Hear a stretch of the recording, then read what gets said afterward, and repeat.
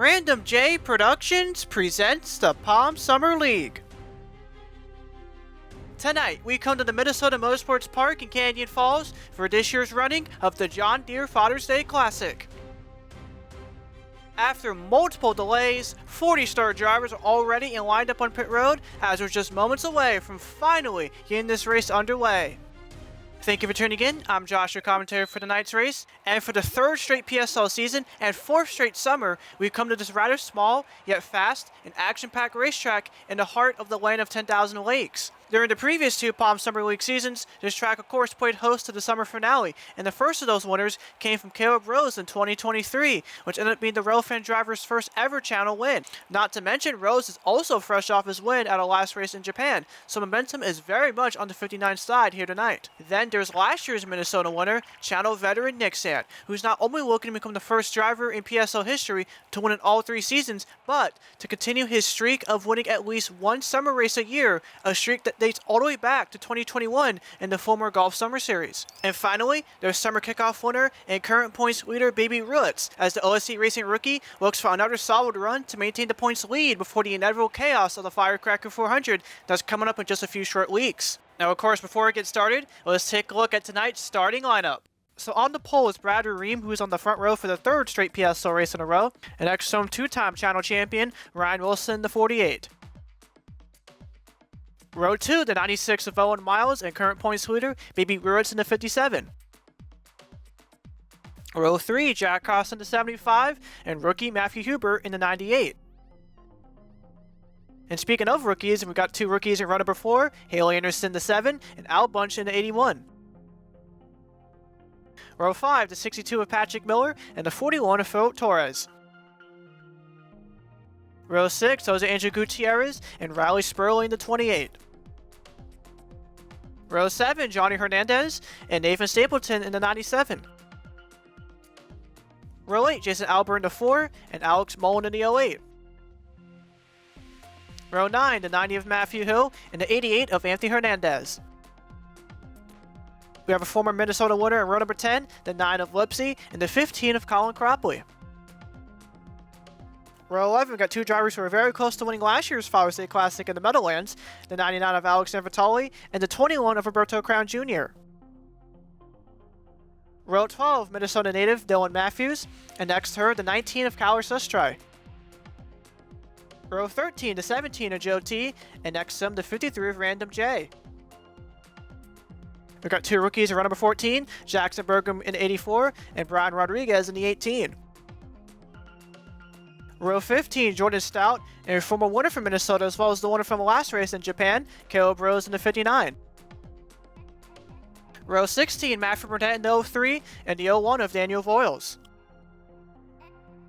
Row 17 are the two drivers who did burnouts during last year's Minnesota race, the defending series champion Jordan Forbes and last year's Minnesota winner Nick Sant, the 20.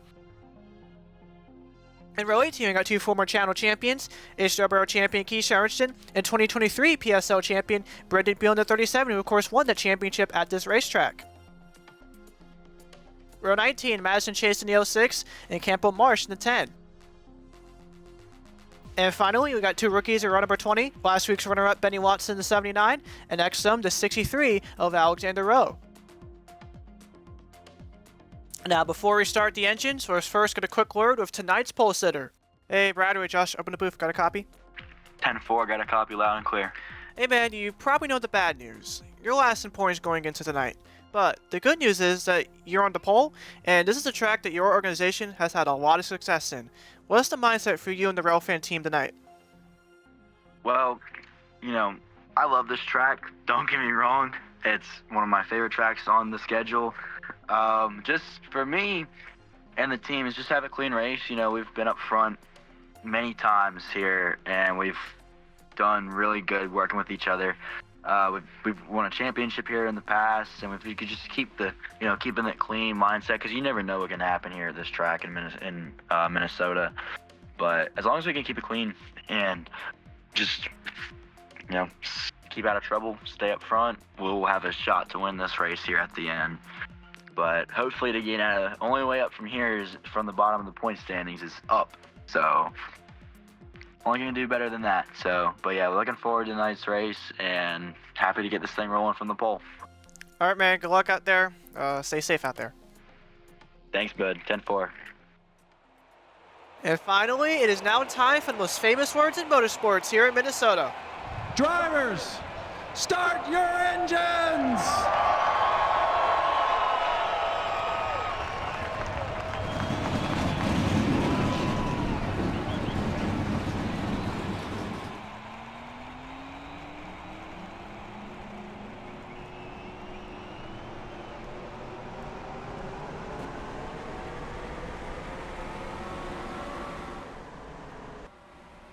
Taking a look at the track info here for the night's race. We're going to go 60 laps in this roughly mile-long quad oval with 23 degrees of banking in the corners. And as for the weather here tonight in Canyon Falls, it's a clear 66 degrees Fahrenheit with 11 miles per hour towards the southeast.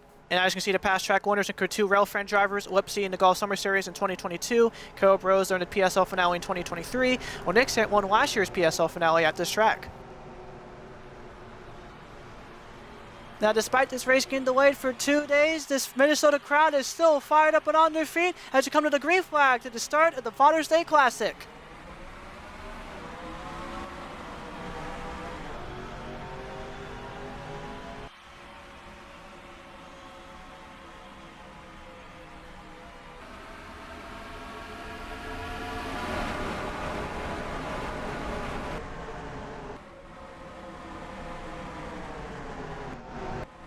Coming to greet the first lap here in Minnesota is Polster Bradley Ream winning lap number 1, but here comes Haley Anderson, the 7 fast approaching on the inside.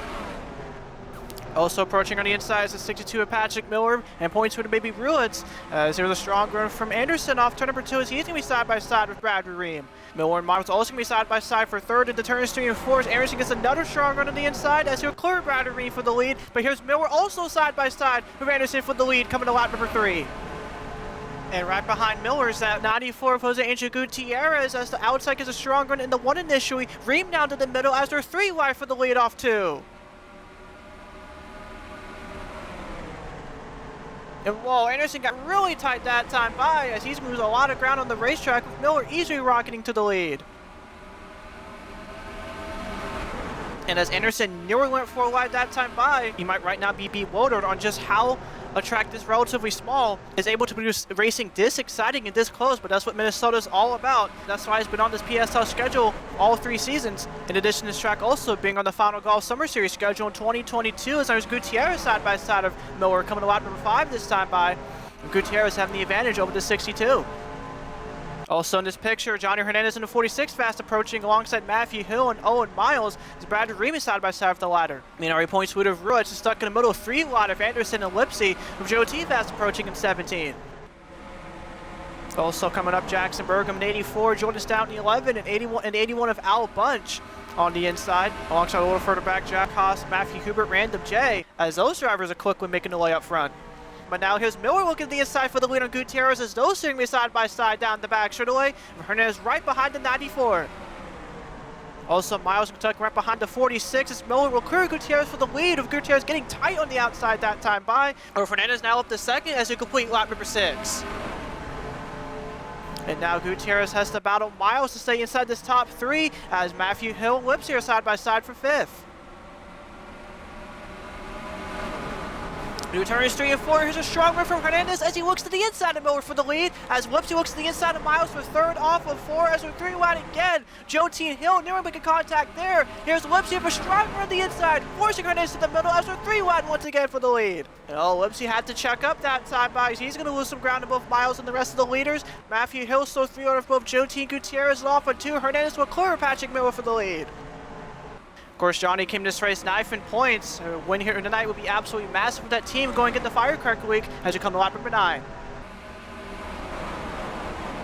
And as they're on board with Johnny Hernandez, the returns 1 and 2. You can see Hernandez up on the outside in front of Miller. Lipsy maintained the inside in front of Joe T down the back as you come down the back straight away now. Oh, here's a strong run from Miller going into turns 3 and 4. He's going to look to the inside of the 46. Oh, he's peeked his nose to the inside a little bit. But here's Lipsy out of nowhere for another strong run through turns 3 and 4 as he's now going to be side by side for the lead coming to lap number 10. And there you see Joe T. Also peeking us the inside of the 9 car, but once again through turns 1 and 2, Lipsy had to check up, but he's going to quick a rebound off turn number 2 as he remains side by side of Johnny. Meanwhile, Joe T is going to be side by side of Miller for third as through turns 3 and 4, Lipsy, a 2022 winner here, will go to the lead for the first time here tonight. Here comes both Al Bunch and Jordan Stout now side by side into 46 and 62 as Ruiz is still 3 wide, this time on the outside of Ream in the middle and Campbell Marsh on the inside. For the lead, here's Joe T side by side with Lipsy down the back straightaway, with 81 a bunch behind, and Jordan Stout side by side with the 46 through turns 3 and 4. And Joe T will easily clear Lipsy for the lead off of 4. Bunch gets a strong run coming down the front stretch. Jordan Stout side by side with the 81 coming to lap number 12. And Stout checks up on the inside. Joe T tried to come down in front of Bunch to block him in the middle, but Al Bunch instead going to clear Joe T for the lead off of turn number 2. With Stout 3 wide now, Fernandez and Miles in the middle. But it looks like off of 4, Jordan's able to quickly get away from that 3 wide mess, but Fernandez still on the outside losing ground as we come to lap number 13.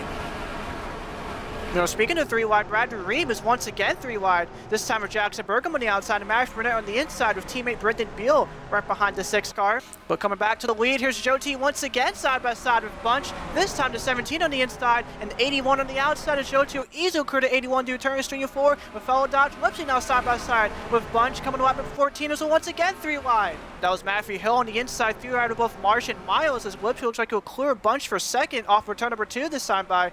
And as you see, both Miles and Hill are once again 3 wide, this time Gutierrez, as there's Lipsy on the inside once again trying to challenge Joe T for the lead as those signaling once again side by side. Jordan Stout behind those two going to be side by side with Marsh as well for third as Lipsy will come to lead lap number 15.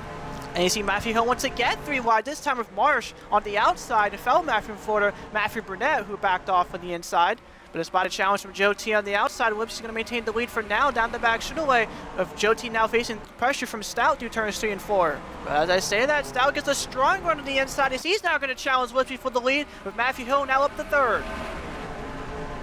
Is Hill going to make it 3 wide into 1 that time by? Looks like instead he'll move down to the inside as Stout will clear Lipsy for the lead with Hill now once again side by side of Lipsy.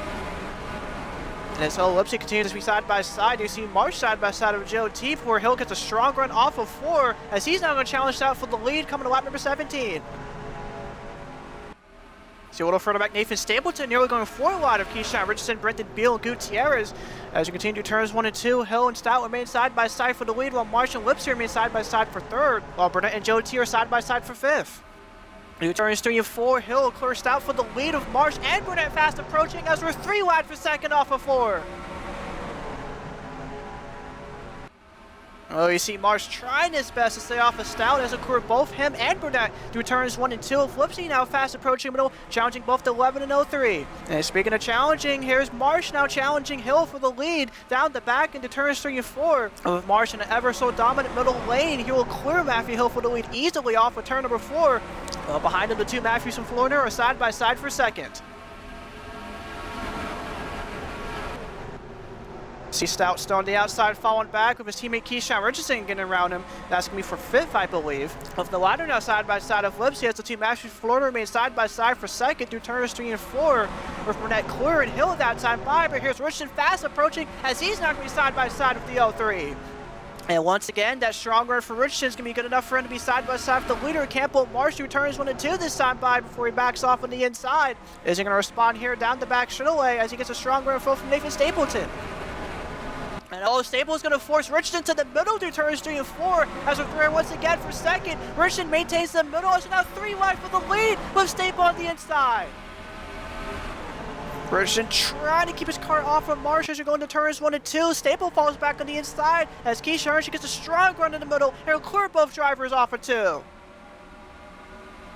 But now down the back straightaway, Staple's going to move to the middle, giving him a perfect chance to clear both the 10 and 24 as he's going to be side by side with both Marsh. And now Richardson off for turn number 4 and coming to lap number 22.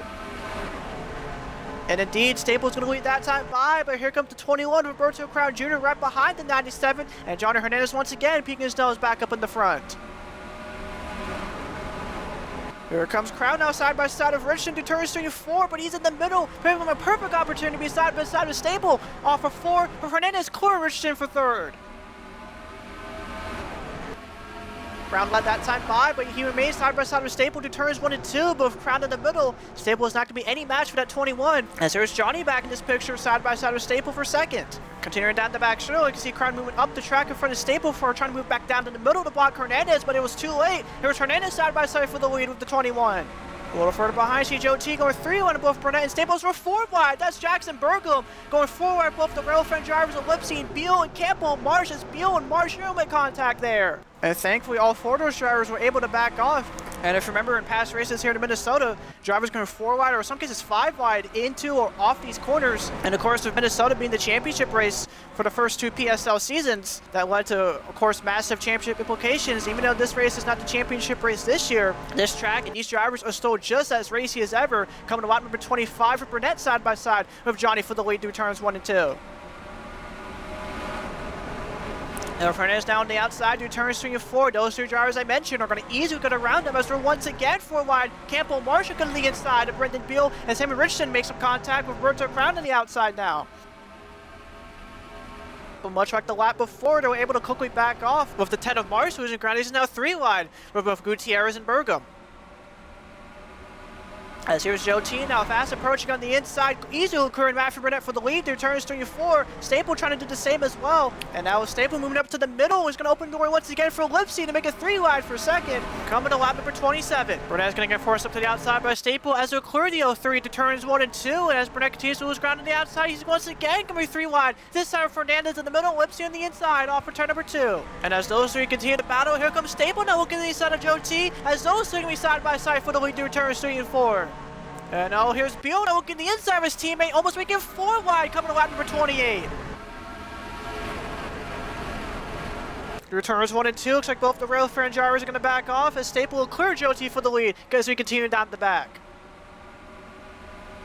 Looks like in the turns 3 and 4, your top 4 all in a single file line for Burnett. Looks the inside of Johnny as we're once again nearly 4 wide off turn number 4 with the rail fan drivers once again on the inside. You know, further back, see Random J was 3 wide with Jack Haas and Roberto Crown, while just in front of him is the 79 of Benny Watson, who of course started in the second to last position on the final row, as he's now inside the top 10 for the first time here tonight. As there's another battle for the lead between Joe T and Staple. This time Joe T is going to take back the lead from Staple off for turn number 4, with Staple tucking in right in front of the fellow Dodge of Lipsy coming to lap number 30.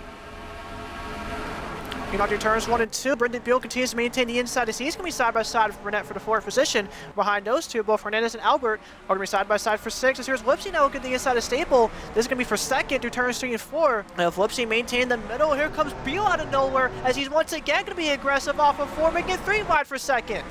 As he hit this race's halfway point of lap number 31, you can see Staple at that time by lost a lot of ground on the outside as he remains 3 wide with both Burnett and Albert, with Random J now fast approaching on the inside as well. Through turns 3 and 4, Random Pink is noticed to the inside, Nero making it 4 wide that time by, as him and Albert are going to make it 4 wide off of 4, coming to lap number 32. And as fast as that happens, here comes both of them now side by side with Joe T for the lead through turns 1 and 2.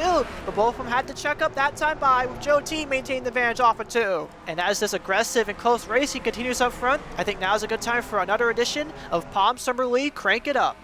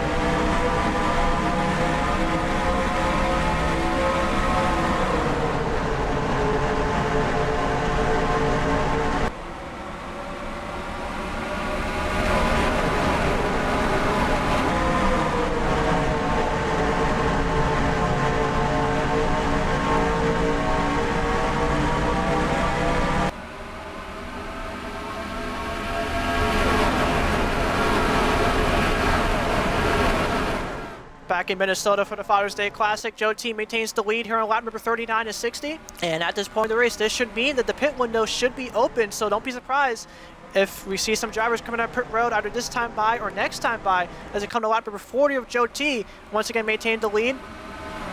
And here comes the drivers. Haley Anderson to 7, Anthony Hernandez in the 88, Brad Bergem in the 6, and point leader Bibi Ruiz. So far, looks like those are the only 4 drivers down pit road.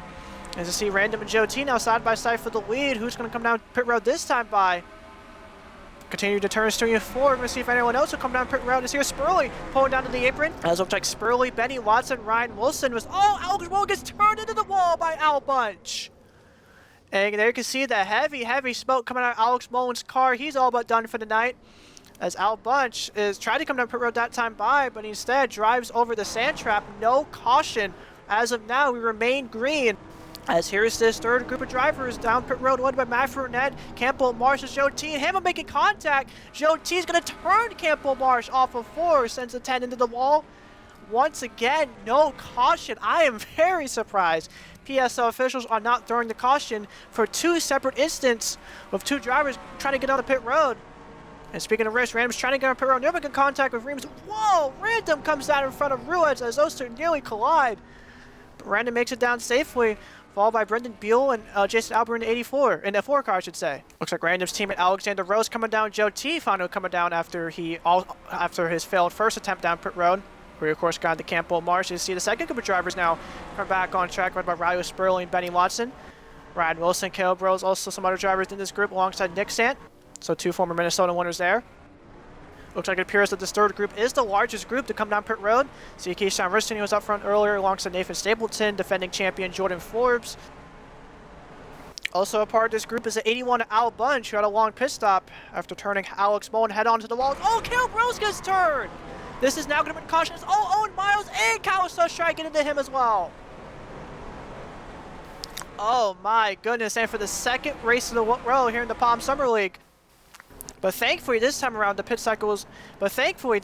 caution came out right during the end of pit cycles, so nobody should go a lap down. Well, at least the competitive cars won't go a lap down here. But for Caleb Rose, Owen Miles, as continue to see heavy smoke coming out of that 96 and Kawasaki, they're absolutely for sure done for the night. But as for the current positions, looks like Random J is going to be scored as your leader, followed by Matt Brennan in the 03, the 37 of Brendan Beal, the 9 of Lipsy, while Haley Anderson rounds off the rest of the top 5. Riley Spurly, of course, was led that second group of drivers down pit road. He's 6th, Alexander Rose 7th, Benny Watson 8th, Madison Chase 9th. We haven't talked about her all night. And the same could also be said for Anthony Hernandez as he rounds off the rest of the top 10. And since we're here, we're going to look through the rest of the drivers. See Jack Costin 11th, Albert 12th, Joe Teese, who has so far led the most laps of the night, currently scored in 13th. Johnny Hernandez 5th, Roberto Crown 14th, Johnny Hernandez 15th, Bolster Brad Bergem in 16th, Ryan Wilson 17th, Matthew Hill 18th, who of course was another driver up front earlier, former Minnesota winner Nick Sant 19th, points leader Bibi Ruiz rounds off the rest of the top 20. Meanwhile, Keith Richardson alongside his teammate Jordan Stout, where 2 drivers are up for earlier. They're both 21st and 23rd respectively, with the 15 of Colin Cropley riding between those 2. Campbell Marsh, of course, got turned by Joe T, trying to get in the pit road. He scored 25th, while Staple is 26th. Other drivers here include Jordan Forbes. He's currently scored in 29th. Definitely pretty shocking for the defending champion.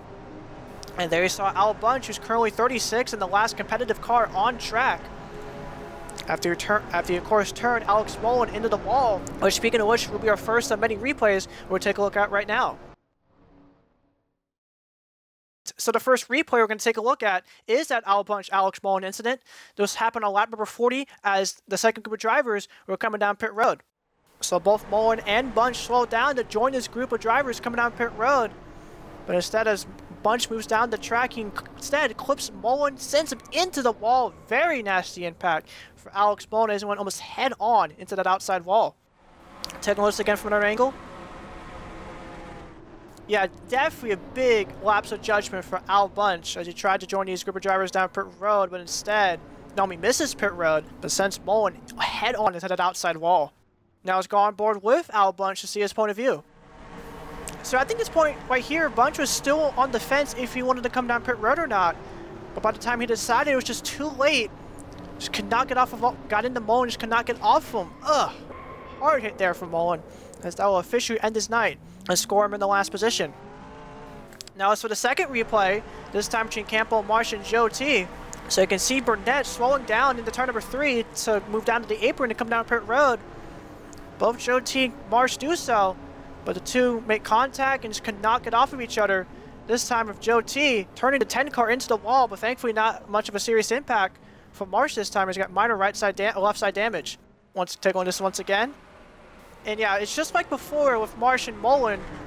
I don't know if these drivers were fully committed to come down pit road or not, as both drivers by turn number 4 missed pit road completely, with Joe T spinning the 10 car. I don't know if it was just a sign of frustration or just collateral damage. And finally, as for the replay that brought out the caution, watch Caleb Rose in the 59 going to turns 1 and 2 here. So Rose moves out of the inside to turns 1 and 2, gets into the grass a little bit, which is common to do here.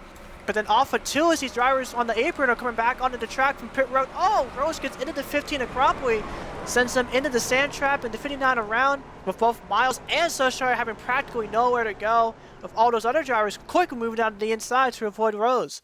Taking this to slow motion, so I don't really think Rose even saw Cropley coming back onto the racetrack until the very last second.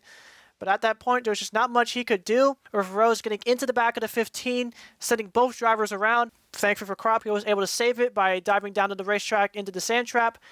And right in front of the spinning 59 is the 20 of Nick Sant, who has practically nowhere to go, but was able to slow down and minimize any damage from his contact with Rose. But still, there was damage nevertheless for the defending Minnesota winner. And at this point here, drivers either dove down to the inside or even went up to the outside to avoid Rose, including Jordan Stout and points Hooter Roulettes. And Owen Miles tried to do the same, but it was just too late. Hits Rose square on the nose, almost a direct hit from the 96. And then Kyle Sushar also tried to dive down to the inside. He had nowhere to go. Hits Rose towards the right side of his nose as well. Now taking this at full speed. Now all this happened just so fast. Again, I don't think Rose even saw Cropley until the very last moment, which of course caused the whole melee to unfold.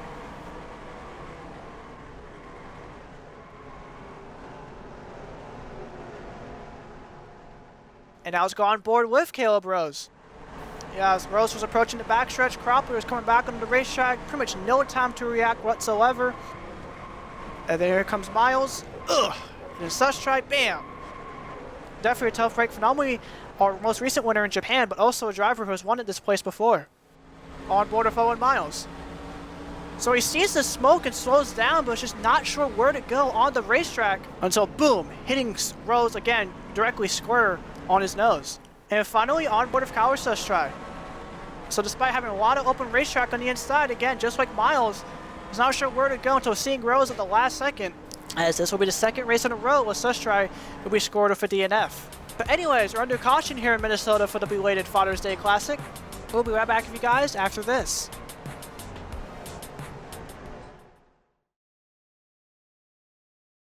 Welcome back to Minnesota for the belated John Deere Father's Day Classic. We're about to come back green after Caleb Rose got into the 15 and Colin Cropley while the latter was coming back onto the racetrack, and resulted in Rose, Owen Miles, and Kyle Sustry all getting damaged and being knocked out of this race. And in addition as well, Alex Mullen got turned by the 81 of Al Bunch, while those two were trying to come down pit road, as Mullen is also in the garage area and done for the night alongside those other three drivers I mentioned. Currently your top three is a 53 of Random J, looking for his first channel win since 2021, or Maffreda in seconds, looking for his 6th overall channel win, which would make him the winningest driver in channel history, or Brendan Beal is looking for his first ever PSL win, despite winning the 2023 PSL Championship at this racetrack, as we're now back on the green here in Minnesota. Good launch from Maffreda on the outside, but Rand's going to quickly respond through turns 1 and 2 as he gets a strong run in the middle, as those two now going to be side by side down the back. It looks like through turns 3 and 4, Random will clear Burnett for the lead, with Beal now fast approaching in the middle as he's side by side with Random off of 4. Beal will come back to lead this time by, coming 11 laps to go with Jack Costner, making 4 wide into turn number 1 before getting into the grass. Continuing into turns 3 and 4, the airline cars of Beal, Random, and Haley Anderson make up your top 3. And Bastion Chase nearly going 4 wide that time, but she's now fast approaching Anderson to be side by side for 3rd. But now here's Random now looking at the inside of Beal coming to lap number 51 as those two once again going to be side by side for the lead. And with Random in the middle, he's going to force Beal to a part of the racetrack he's largely avoided all night, the outside lane, as Beal has absolutely thrived on the inside and middle throughout the entire night as him and Random remain side by side through turns 3 and 4. It looks like off of 4, Random will go back to the lead, but here's Madison Chase fast approaching, clearing Beal for second, and she's now going to be side by side of Random coming to 9 laps to go. And now this time around in turns 1 and 2, Random's the driver on the outside, while Madison's the driver in the middle as they remain side by side for the lead down the back. Looks like through turns 3 and 4, Madison will clear Random for the lead, with Random's teammate Alexander Rowe now side by side to 53, coming to 8 laps to go.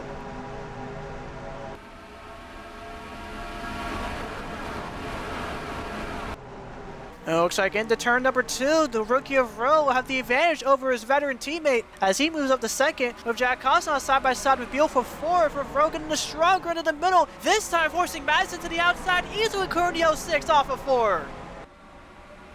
Here comes Benny Watson out of nowhere as he's 3 wide, with both Johnny Hernandez and Random through turns 1 and 2. Before backing off a little bit, Random now losing ground on the outside, he remains 3 wide with Watson, this time Beal in the middle, continuing down the back. Jack Haas is going to move up to second. Chase maintains third. Hernandez trying to hold off both Beal and Watson to maintain 4th. 6 laps to go this time by. Of course, Alexander Rowe looking for redemption after our last race at Japan, where of course Rowe got wrecked very late into that race and ruined what was otherwise a really good day for the rookie. But behind him, Madison Chase is side by side with Haas and gets a strong run in the middle once again as she's going to be side by side with the 63.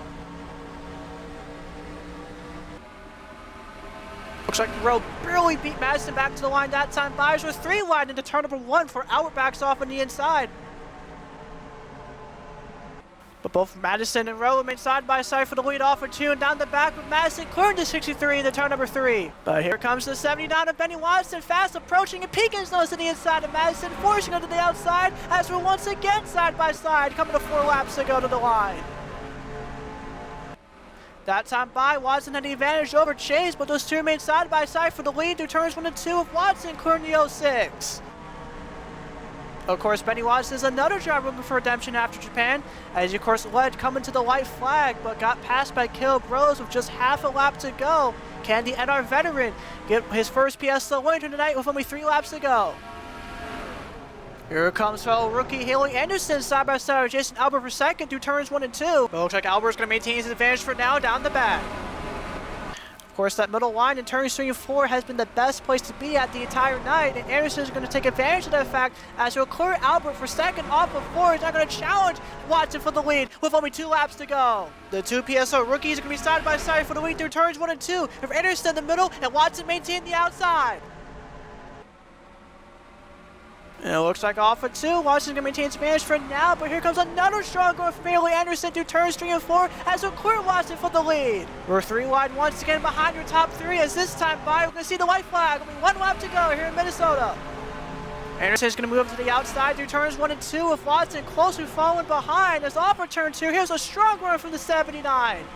Our first 2 PSO races were decided by a last lap pass, as Watson going to have any answers for the 7 car through turns 3 and 4 for the final time, as there's Hill looking to the inside the 79. And that's going to all but decide this race, as off turn number 4 we see the checkered flag. Haley Anderson wins the Father's Day Classic in Minnesota. And for the second time in just 3 races so far here this summer, one of your PSO rookies will claim the victory, this time being Haley Anderson and that number 7 car. We of course got to take a look at a replay to see how Anderson was able to win this race. So this is coming to 2 laps to go. You can see Watson on the outside, Anderson in the middle. Into turn number 1 this time by, Watson maintains an advantage on the outside, but here comes that strong run in the middle, always gets off 2. That puts Anderson right back with Watson. But into turns 3 and 4, pretty much there's been the story all night that middle line gets a strong run into turns 3 and 4. And Anderson was able to take advantage of that as we come to the white flag. Looks like Watson was going to move down to the racetrack to follow Anderson's line. And there you see off of 2, Watson got a really strong run that time by and looked like he had a chance to make one final move on Anderson for the win. But once Hill got to the inside of Watson, it pretty much ended the race right there for Anderson getting the checkered flag. As now Anderson's back on track, he's going to do some burnouts in front of the Minnesota crowd. Of course, a huge congratulations to Haley Anderson Jr. and Anderson Jr. Enterprises, as they are winners for the 2025 edition of the John Deere Father's Day Classic from Minnesota.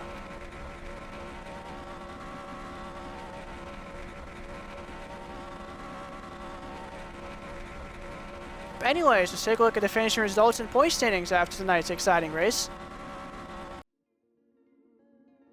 So here we go. Haley Anderson gets his first ever PSL and channel win here in the Father's Day Classic, as this will mark our second rookie to win so far here this summer, after of course Bibi Ruiz's win in the summer kickoff at Armory Digital. Meanwhile, Matthew Hill, after his late 3-wide move, would finish second, followed by Jaxon Bergem in third. Meanwhile, Benny Watson comes up just short once again, as he'll finish fourth, but still regardless, a great points day for the NR veteran. Solid run for Jason Albert tonight, as he'll finish fifth, while Matt Burnett will finish sixth in the L3. Meanwhile, Jack Haas is going to finish seventh in the 79. Roberto Crown gets a solid yet quiet 8th place finish. Same could also be said also for Ryan Rodriguez, as he finishes ninth, getting his second PSL top 10 of the season. While the 2023 champion, Brendan Buell, is now the lone driver to finish inside the top 10 during all of our races so far this summer. As for 11th through 20th, there is Buell's teammate of Lipsy finishing 11th, as Buell and Lipsy were pretty much right around each other throughout the entire race. So definitely great teamwork there for both the Railfan drivers. While Madison Chase in 12th looked like she had a shot to win this race, but after she got forced up to the outside, she absolutely dropped like a rock. So much to the point that she finished outside the top 10. There you see defending series champion Jordan Forbes, who I didn't really mention much at all here tonight. He'll come home 13th, while Joe Teen 14th will get the bonus point for leading the most laps here tonight of 10 laps, as this will be the second time this summer Joe T led the most laps in the race, after he led the most laps during our season opener at Armory Digital. Meanwhile, there you see three of the Baker drivers of Random, Alexander Rowe, and Keyshawn Richardson make up 15th through 17th. And Random and Rowe also were drivers that very much had a shot to win way into this race before they fell back. Johnny Hernandez also was up towards the front for much of this race, while Jordan Stout and Riley Spurly both round off the rest of the top 20. As for 21st through 30th, another mediocre run for the Minnesota native of Dylan Matthews, while Nick Sant, last year's Minnesota winner, will finish 22nd. Also see some big names like Staple, Hernandez, and San Vitale back here as well. Patrick Miller is another driver who ran up towards the front early alongside Gutierrez, while Colin Cropper finished 28th after, of course, getting into after KO Rose, of course, got into him to bring out our only caution here tonight. Speaking of incidents, they see both Campbell Marsh in 29th and Al Bunch in 30th for the former. Of course, him and Joe T made some contact while both of them were trying to get on, both of them were trying to get on pit road. Of course, Al Bunch got into the elevate of Alex Mullen that ended his night. Neither Marsh or Bunch got much damage, but still pretty much ended any of their chances to win here tonight as they round off the rest of the top 30. As for 31st through 40th, yet another bad run for the veteran Brad Ream. Despite winning the pole, despite the past success for his team, and despite the confidence in the pre-race interview, unfortunately, it was just all for naught for the 6th team, as our inner Firecracker Week still last in points. While points leader going into this race, Bibi Ruiz will get easily his worst finish of the year, finishing 32nd, as it will knock him out of the point lead. There we see Ryan Wilson finishing 33rd, who just like Bradley started up in the front row, but despite that, so yet another disappointing run for the two-time channel champion. Yet another bad run for Daniel Voiles after finishing 40th last week. Will finish 35th this week, which if this was, of course, last year's PSL, 35th would have been last place. Well, 37th to 40th were, of course, all the drivers that got out of the race early, starting with Owen Miles, as he and Kyle Sustry had pretty much nowhere to go, and Caleb Rose spun around into the entrance of turns 3 and 4. And finally, Alex Mullen, for the second week in a row, gets involved in an incident, but unfortunately, this time around was not able to continue the race after a hard hit into the outside wall. And now for the point standings after race number 3, with the 2023 Palm Summer League champion Brendan Buell takes a points lead with 107 points, leading rookie Brian Rodriguez by 5, veteran Keyshawn Richardson by 7, and Benny Watson by 9. Meanwhile, last year's PSO champion Jordan Forbes is back into the top 5 in points in 5th, behind by 10. Bibi Ruiz falls down to 6th, behind by 11. Joe T is up to 7th into 17, behind by 12. Jack Haas makes his first appearance inside the top 10 in points this year, behind by 13. He's actually tied with Roberto Crown Jr. for that spot, but Haas will have the advantage due to his 2 top 10s versus Crown's 1 top 10. And finally, Random J maintains a spot in 10th, as he's now behind by 15 points. So next up, race number 4 is none other than the summer's biggest race, that of course being the Firecracker 400 from Daytona on 4th of July night, this time at 7:45 Eastern Standard Time, hopefully barring any delays. And of course stay tuned throughout the week for an announcement on the full Firecracker week schedule. A little bit of disclaimer, it's going to be a little bit shorter than previous years, but it still should be fun nevertheless. But as always, y'all, thank you guys for watching this race. Hope you guys enjoyed it, and have a happy belated Father's Day.